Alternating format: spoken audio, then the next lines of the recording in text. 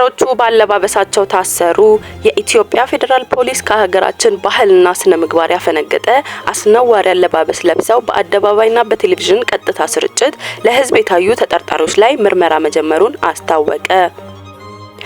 የኢትዮጵያ ፌዴራል ፖሊስ በሶስተኛው የጂፓወር ቲክቶክ ክሬቲቭ አዋርድ ላይ ከኢትዮጵያ ህዝብ ባህልና ስነ ምግባር ባፈነገጠ አኳኋን ሰውነታቸው የተገላለጠ አለባበስ ለብሰው በአደባባይና በቴሌቪዥን ቀጥታ ስርጭት ለህዝብ የታዩ ተጠርጣሪዎችን ከነግብረ አበሮቻቸው በቁጥጥር ስር አውሎ ምርመራ ማጣራት መጀመሩን አስታውቋል።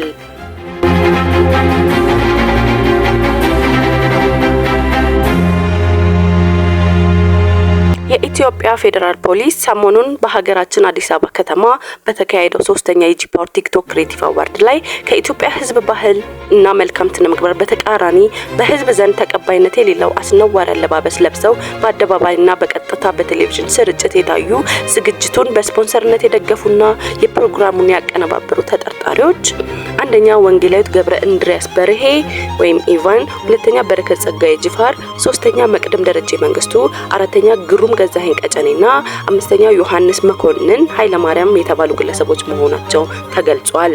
የኢትዮጵያ ፌዴራል ፖሊስ ከህዝቡ ባህልና እሴት ያፈነገጡ አለባበሶችና መጤ ባህሎች ተስፋፍተው በትውልዱ ላይ አሉታዊ ተጽዕኖ እንዳያስከትሉ ተጠርጣሪዎች ላይ የህግ ተጠያቂነትን ለማረጋገጥ የጀመረውን ምርመራ አጠናክሮ እንደሚቀጥል ያስታውቃል።